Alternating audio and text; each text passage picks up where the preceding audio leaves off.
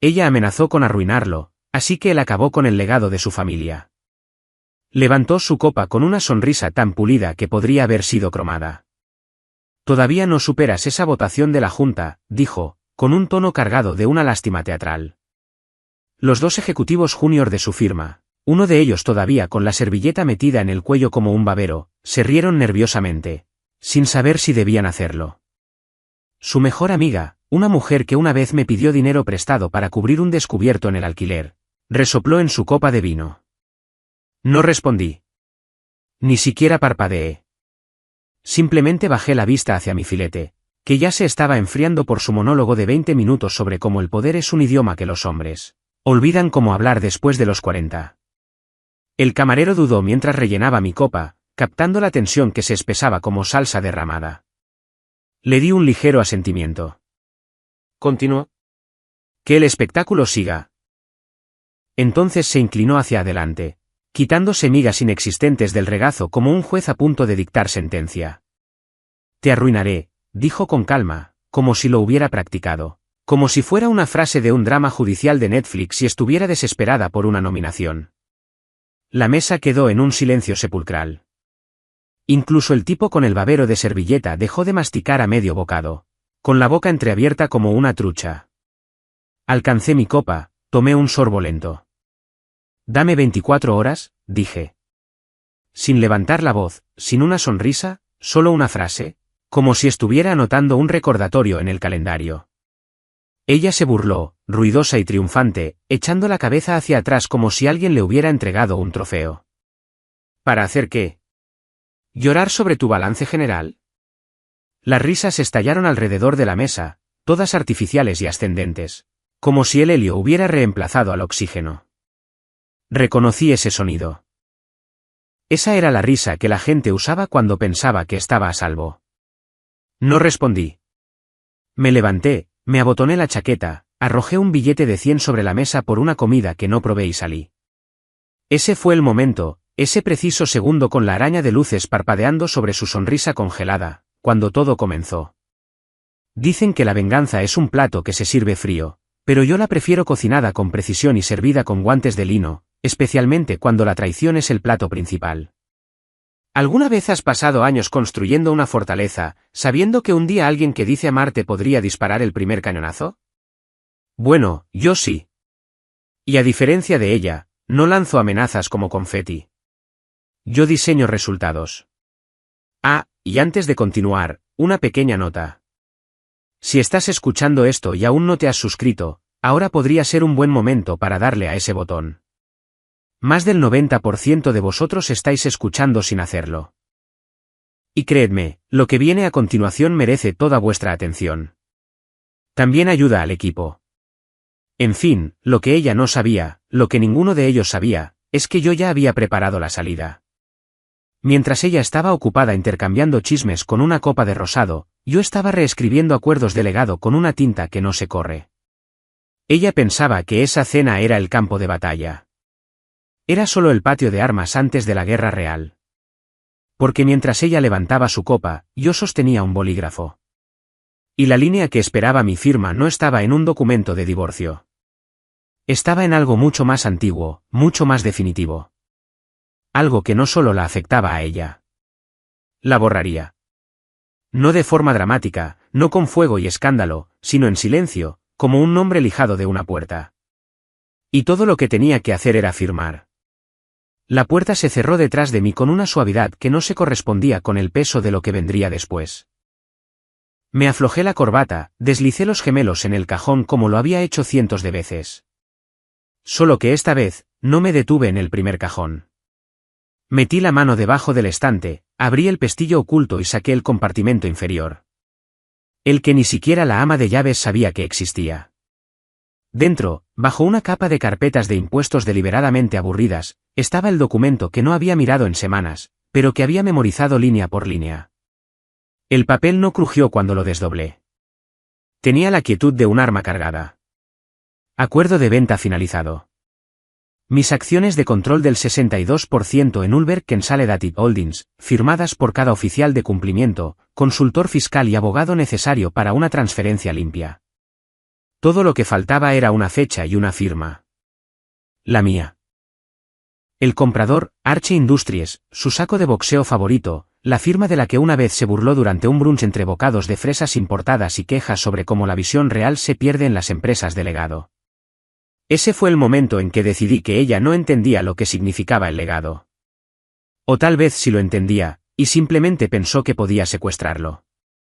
Arche siempre había querido entrar. Habían rodeado la compañía durante años como un buitre alrededor de un toro. Poderosa, pero desangrándose internamente. Los hice esperar. Dejé que sudaran. Les hice saber que podía, pero que nunca lo haría, hasta el último trimestre, cuando la votación de la Junta se torció y las sonrisas de suficiencia alrededor de esa mesa comenzaron a parecerse a la suya. No se trataba solo de ella. Ni siquiera se trataba solo de mí. Se trataba de poder, de quien llega a escribir el final de una historia iniciada por hombres que conocían el olor a soldadura y acero. Noah Stacks y Charles Tepp. Hombres como mi padre, hombres como el suyo antes de que ella empezara a medir a la gente por las conferencias a las que los invitaban a hablar. Y ahora sus opciones sobre acciones, concedidas como un gesto de buena voluntad cuando fusionamos una de sus empresas boutique en la firma familiar, pendían directamente de mi decisión. La adquisición de Arche reestructuraría todo. Y como ella tenía cero participación en la sociedad holding, solo un título por vanidad y algunas unidades de acciones restringidas infladas, digamos que en su próxima reunión de la Junta solo habría espacio para estar de pie. Para sus lágrimas. Coloqué el bolígrafo junto al acuerdo. Sin tocarlo, solo dejándolo reposar allí como una cuchilla junto al cuello de una bestia dormida. La línea de la fecha estaba en blanco. Lo había estado durante un mes. La gente olvida que no firmar puede ser tan poderoso como firmar. Esperas. Creas expectación. Dejas que cometan errores mientras todavía creen que tienen el control. Ella pensaba que esta noche se trataba de una cena, de sus amigos y de su pequeña pulla pública. No sabía que había entrado en una cuenta atrás. Una que yo había iniciado meses atrás. Y aquí está el giro. Uno con el que nunca contó. Esto no era una represalia. Era una sucesión. Ella lo hizo personal. Pero para mí, siempre ha sido un negocio. Sin rabia, sin gritos, solo una claridad despiadada. Dijo que me arruinaría. Pero nunca se preguntó por qué el escritorio en nuestro estudio compartido solo se cierra con llave desde mi lado. O por qué el bolígrafo, el viejo Montblanc de mi padre, el que solo uso para contratos que importan, había desaparecido del cajón la semana pasada y ahora estaba allí, esperando, devuelto en silencio. Un solo trazo, eso es todo lo que haría falta. No para destruirla, sino para eliminarla, como una mancha limpiada de un libro de contabilidad. El primer zumbido llegó antes de que terminara de cepillarme los dientes. Una vibración en la encimera de mármol, corta y aguda. Luego otra, y 4 más en rápida sucesión. Revisé la pantalla. 8 mensajes, todos de miembros de la Junta. Un asunto destacaba como la punta de un cuchillo bajo la puerta. ¿Qué pasó en esa cena? Su audio se filtró. Lo abrí. Se reprodujo una breve grabación, distorsionada, pero inconfundible. Su voz, arrastrando las palabras por su tercera copa de vino, cortando la cháchara como una sierra circular. Lo arruinaré. Se cree intocable. A ver cómo le sienta un juicio público por silencio. Luego, risas. No alegres, ni siquiera maliciosas. El tipo de risa que la gente hace cuando está segura de que la otra persona no se levantará del golpe. Aparentemente, a alguien en la mesa le pareció muy gracioso grabar el momento para su pequeño círculo de lobos de LinkedIn. Con lo que no contaban era con que uno de ellos tenía conciencia, o un rencor, y lo filtró al grupo de Slack de los 30 principales cerebros legales de nuestra industria. Desde allí, se extendió más rápido que una llamada de margen sobre acciones basura. Un segundo mensaje llegó, esta vez de mi director financiero. Acaba de regalarle a Arche Tech un 20% de ventaja. Nuestro próximo movimiento debe ser quirúrgico. Ya lo había sido. 10 horas antes.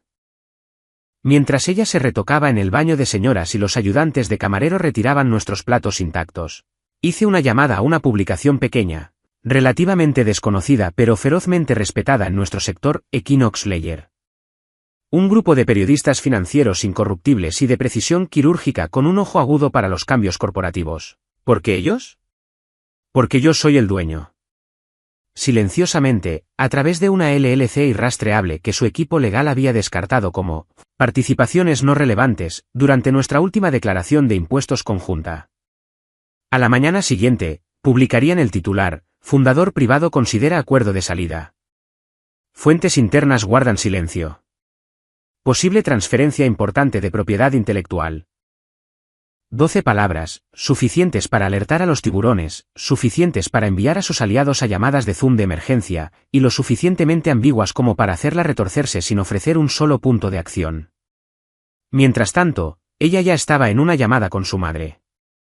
Ni siquiera tuve que hackear su línea. Simplemente conocía sus patrones. Controlo la mitad de la narrativa mediática, espetó. La Junta no actuará. Tienen pavor a los titulares.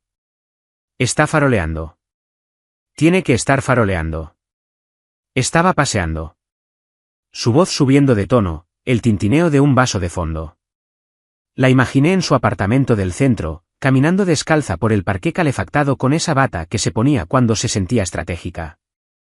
¿Crees que de verdad va a renunciar a su nombre?, ladró. Es un adicto al legado. Todos lo son. Esa es su debilidad, no la mía.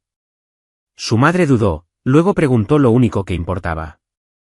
¿Y si te equivocas? Hubo una pausa. Casi pude oírla parpadear. No me equivoco. No, cariño. Simplemente no estás informada. Verás, la confianza sin datos es puro teatro. Ella todavía estaba jugando al ajedrez de las relaciones públicas en un mundo que ya había pasado a la influencia silenciosa y la estructuración offshore. Y eso es lo que nunca entendió. Pensaba que esta guerra se libraba en los titulares. Pero yo ya había movido el cuchillo en silencio, mientras ella todavía posaba para la cámara. Mañana, para cuando esté redactando los puntos de su discurso con su carísimo asesor de crisis, se dará cuenta de que las cámaras apuntan a otro lado. Y el hombre al que creía estar superando en estrategia, escribió el guión que todos están leyendo.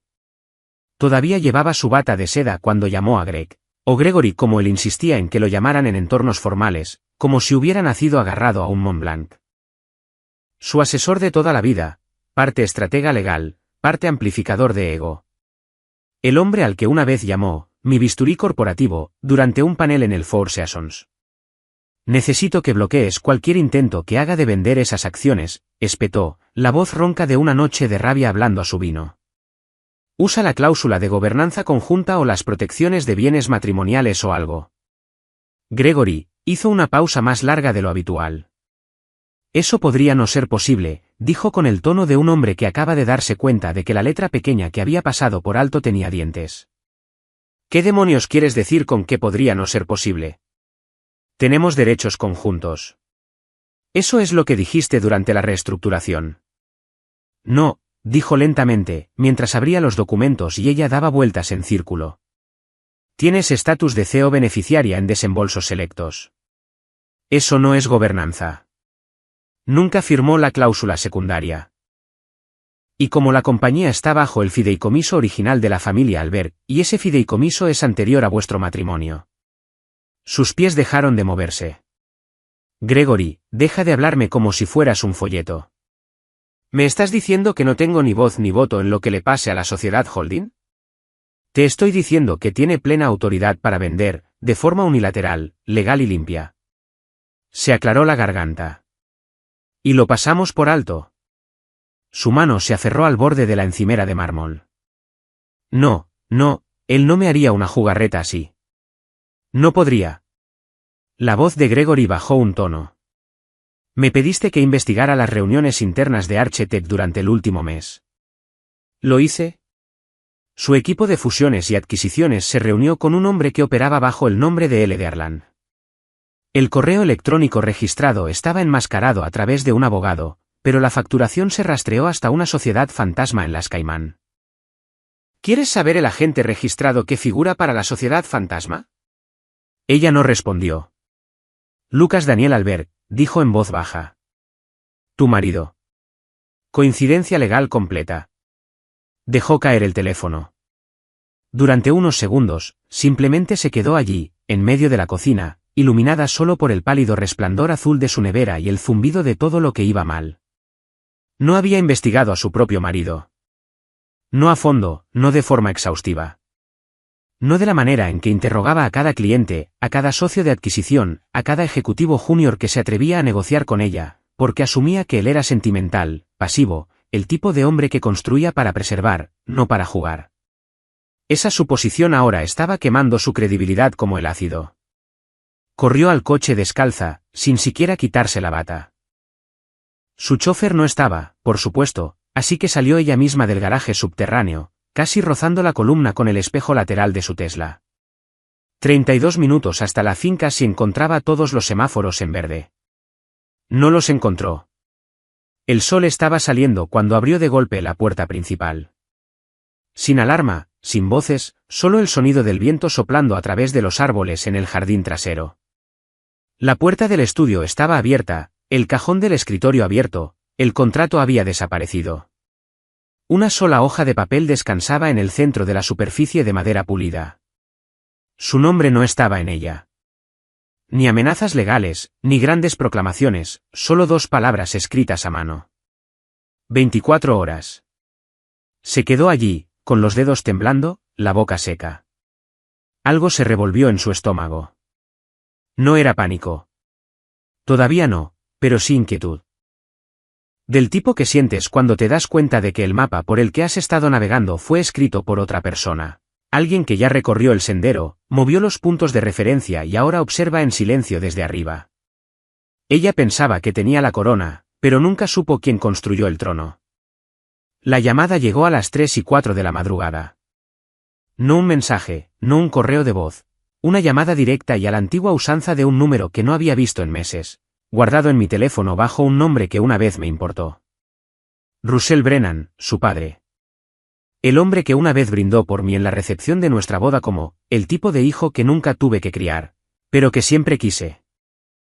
El mismo hombre que se sentó en la junta de nuestra sociedad holding durante una década antes de dar un paso atrás, para dejar que, la generación más joven liderará, lo que en realidad significaba, dejar que mi hija juegue a ser ejecutiva mientras yo sorbo mi jubilación.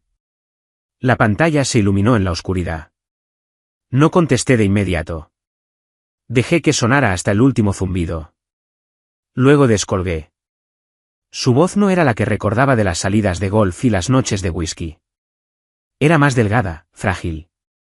Lucas, hijo, por favor. Silencio. No sé qué te dijo esta noche o qué ha estado diciendo, pero sea lo que sea, ponle un precio. Simplemente no firmes ese papel. El papel. Así que de eso se trataba.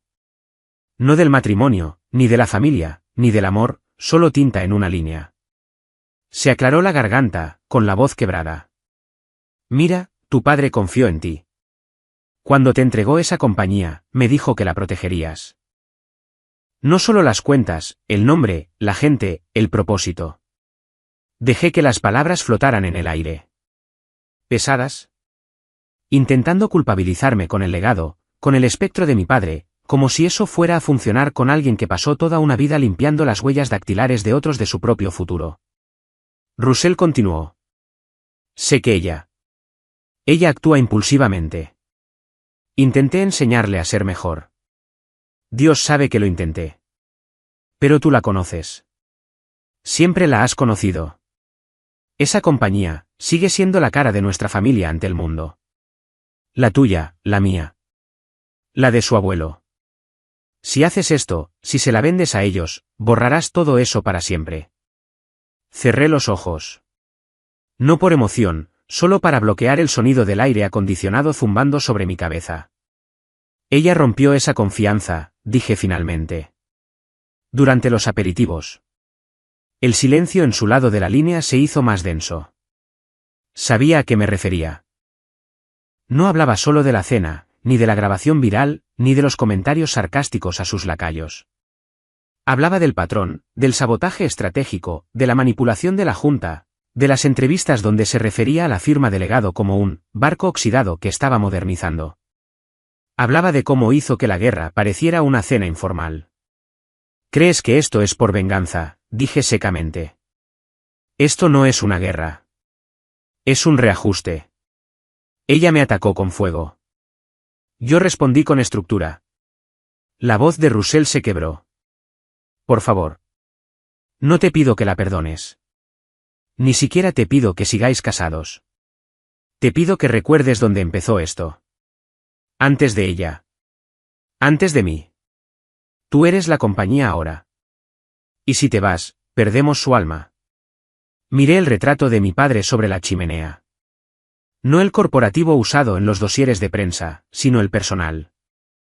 Él riendo en un banco de trabajo, con las gafas de protección al cuello, las manos manchadas de grasa y orgullo. Es curioso cuánta gente habla de preservar el legado mientras lo destripan a puerta cerrada. Suspiré, no por conflicto, sino por cálculo. Russell, dije con calma. Dejaste de ser la compañía el día que le diste un asiento y le dijiste que a mí me parecería bien. Pensaste que se ablandaría con el poder. Pero el poder no ablanda a la gente. ¿La revela? Un clic, una suave exhalación. Entiendo, dijo en voz baja. Pero déjame decir una cosa más. Esperé. Puede que tengas la ventaja ahora, pero después de esto, nadie podrá decir que no elegiste este final. Podrías haber aguantado. Podrías haber esperado, pero estás trazando una línea de la que nadie regresa. Miré la carpeta sobre la mesa, aún sin abrir desde que comenzó la noche. Luego dije, bien. Y colgué. A las 7:41 de la mañana, su teléfono se iluminó con un titular. Y a las 7:43, su mundo comenzó a implosionar. Dueño de patentes en conversaciones para salir de firma de legado. El control podría pasar al extranjero. 12 palabras, sin foto, sin elaboración. Solo un titular quirúrgico y sin emociones en la parte superior de la portada de Equinox Ledger. Recogido por 3 agencias antes de que ella terminara su primer expreso. El Slack de su empresa se volvió radioactivo. Los correos electrónicos comenzaron a llover. La mitad de los jefes de su departamento estaban en copia en hilos de pánico de socios inversores.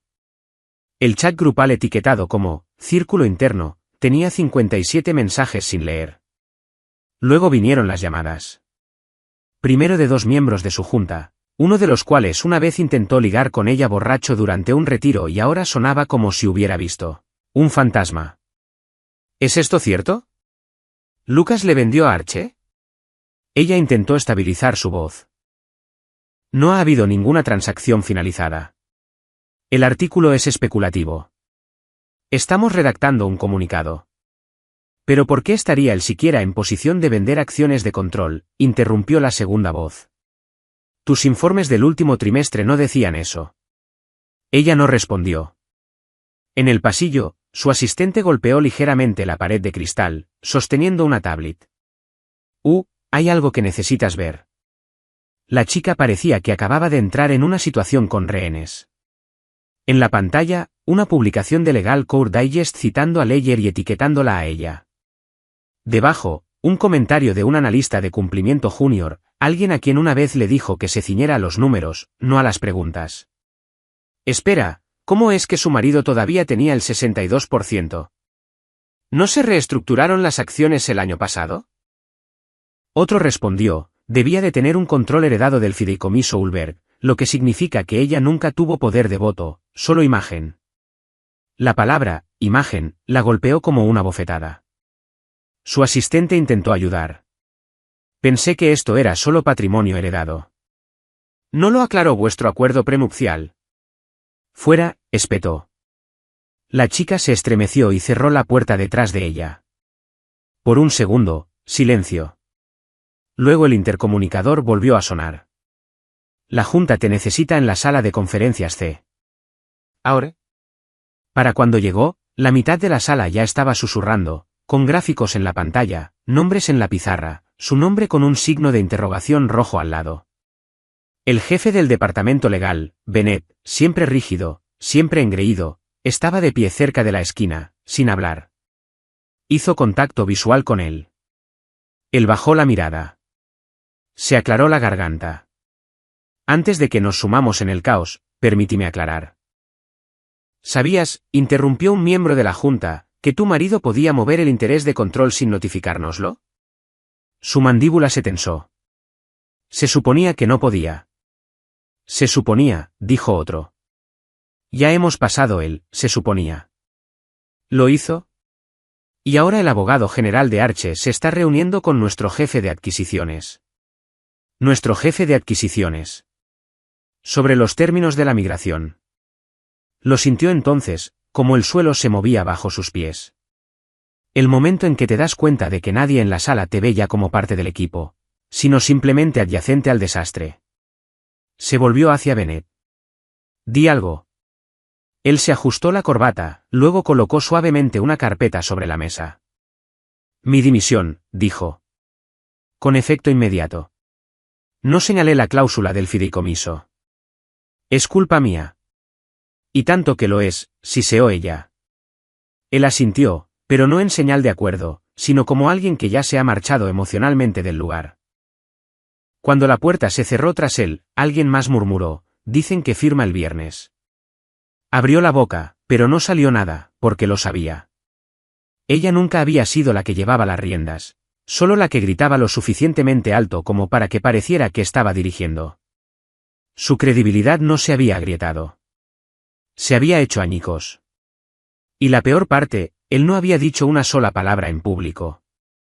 No lo necesitaba. No llamó a la puerta. Irrumpió. Sus tacones golpeando el suelo de mármol del pasillo como un tambor de guerra.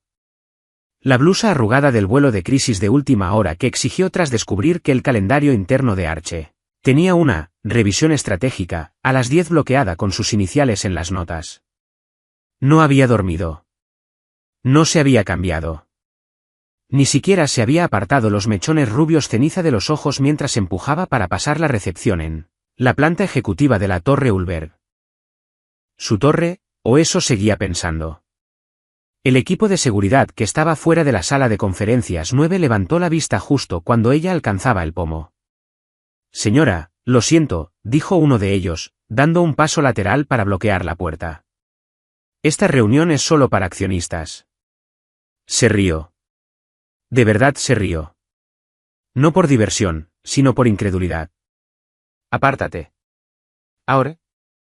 No lo hizo. En su lugar, asintió educadamente hacia el documento impreso en su portapapeles. Una lista. Accionistas autorizados, verificados. Su nombre no estaba en ella. Las instrucciones del señor Ulberg son firmes, añadió el guardia, casi disculpándose. Esta es una revisión a puerta cerrada. Miró a través de la puerta de cristal. Dentro, la larga mesa de roble estaba llena.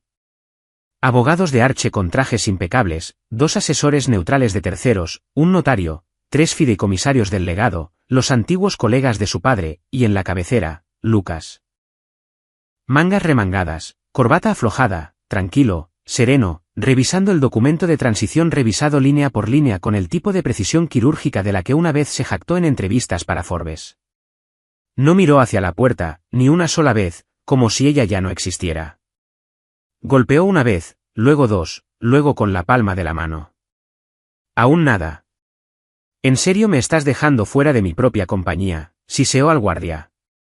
Él no respondió, porque legalmente no era suya. No en papel, no en acciones, no en presencia. Era de él. El hombre que solía sentarse en silencio a su lado en las galas mientras ella hablaba en el escenario sobre asociaciones de capital modernas. Aquel del que una vez le dijo a un entrevistador que se había hecho a un lado para dejarla liderar. Excepto que nunca lo hizo. Nunca estuvo detrás de ella. Estaba acechando. Dentro, alguien le pasó un documento. Él asintió levemente, luego subrayó algo con un bolígrafo. Su bolígrafo. El que ella le regaló en su segundo aniversario, grabado con «Construyámoslo juntos». No lo había tocado en años. Ahora estaba de nuevo en su mano. Trazando líneas sobre el futuro que ella creía que le pertenecía. Una voz aguda detrás de ella. Señora, por favor, apártese del cristal. Se giró lentamente para encontrar a otro miembro del equipo de seguridad acercándose, con el rostro tenso. Unos cuantos asistentes se habían reunido al final del pasillo, observando. Un asociado junior de su firma de medios, con los ojos como platos, el teléfono medio levantado, probablemente retransmitiendo en directo el momento en que lo perdió todo. Dio un paso atrás, sus tacones resonando torpemente en las baldosas. Dentro, el notario levantó una mano. Lucas asintió. Se estampó un sello. Se firmó un documento. La sala siguió adelante. Sin ella. Para una mujer que una vez dictó el ritmo de cada sala en la que entraba, fue el sonido de ser borrada lo que finalmente atravesó el silencio. Nunca antes se había sentido pequeña. Pero ahora era solo una mujer en el lado equivocado del cristal. Sin voz, sin voto, y ni siquiera una silla para ella. Al mediodía, su agenda de contactos parecía un cementerio. Envió mensajes a antiguos aliados, viejos inversores, asesores estratégicos, los miembros de la junta a los que una vez deslumbró entre torres de marisco y conversaciones discretas. Los que solían llamarla, el motor detrás del legado. La mayoría no respondió. Los que lo hicieron fueron secos, evasivos y vagos. Ya comprometido. Ojalá pudiera. No es el momento adecuado. Mejor mantenerse al margen de esto. Una respuesta solo decía, revisa los registros. Está hecho. No quería creerlo, pero lo revisó. Su peor temor no era que Lucas los hubiera vendido. Era que lo había hecho en silencio, quirúrgicamente, pieza por pieza, como un hombre que compra el silencio con precisión en lugar de con ruido. Y ahora lo entendía. No solo había firmado la venta de la compañía. Había desmantelado su red antes de que ella se diera cuenta de que la guerra había comenzado. El golpe final vino de Gerald Monroe, un viejo y cascarrabias fideicomisario que había estado con la familia Ulver desde los tiempos de su abuelo. A ella nunca le gustó. Demasiado astuta, dijo una vez. Palabras bonitas, pero sin respeto por los cimientos. Lo encontró en el jardín de su jubilación, sorbiendo té helado como si la tierra no se estuviera moviendo bajo sus pies. Lo sabías, escupió, sin molestarse en sentarse. ¿Dejaste que hiciera esto? Él no levantó la vista de un tallo que estaba podando. Yo no dejé que nadie hiciera nada. Él simplemente hizo las preguntas correctas. Tú no las hiciste. Se supone que representas los intereses de la familia. Lo hago, respondió él, mirándola por fin. Por eso lo apoyé. ¿Crees que la familia es sangre? Él cree que es responsabilidad. Adivina quién ha sido más consistente. Casi patea el taburete del jardín. Quiero una votación, espetó. Una cláusula de reversión. Algo. No puede simplemente borrar mi acceso a los flujos de royalties. Yo construí la mitad de esos productos. Yo propuse esas integraciones. Gerald se levantó. Fuiste parte del desarrollo. Nunca fuiste titular de los derechos. Tu nombre no está en los registros. Te pagaron en RSU e influencia. Cobraste esas fichas hace mucho tiempo. Abrió la boca, pero no salió nada. Él continuó, con la voz más baja. Si la venta sigue adelante, no solo pierdes las acciones que pensabas que poseías. Pierdes los beneficios residuales, los ingresos por licencias, los derechos de nombre de la marca. Ella parpadeó. Eso no es posible. Ya está firmado, dijo él. Las exclusiones se negociaron hace meses. Mucho antes de que decidieras amenazarlo en una cena como una colegiala con una tiara teniendo una rabieta. Se le hizo un nudo en la garganta. Me ha tendido una emboscada. No, dijo Gerald con una lenta y definitiva sacudida de cabeza. Él te superó. Salió de su finca sin decir una palabra más. La piel fría a pesar del calor. De vuelta en casa de su padre, irrumpió por las puertas como si una tormenta hubiera cobrado piernas. Russell estaba sentado en el estudio, viendo las noticias con el volumen silenciado. Haz algo, espetó ella. Todavía tienes un asiento. Todavía tienes peso en el legado. Él no la miró. No tengo acceso. No tengo votos. No tengo royalties. Me está desangrando y lo llama estrategia. Russell se levantó lentamente, con los ojos viejos pero claros. Esto no tenía por qué pasar, dijo. Tú lo hiciste personal. Ella dio un paso adelante, con la voz afilada por el dolor. Él lo convirtió en una guerra. Pero su padre solo negó con la cabeza. No con ira, sino con decepción. Del tipo que mancha más profundamente que la rabia. No, dijo. Ni siquiera llegaste a ver el campo de batalla. Ella se quedó helada. Porque en el fondo lo sabía. No solo había perdido una compañía. La habían superado. No en emoción, sino en ejecución. Y ahora las últimas puertas se estaban cerrando una por una, en silencio, irreversiblemente.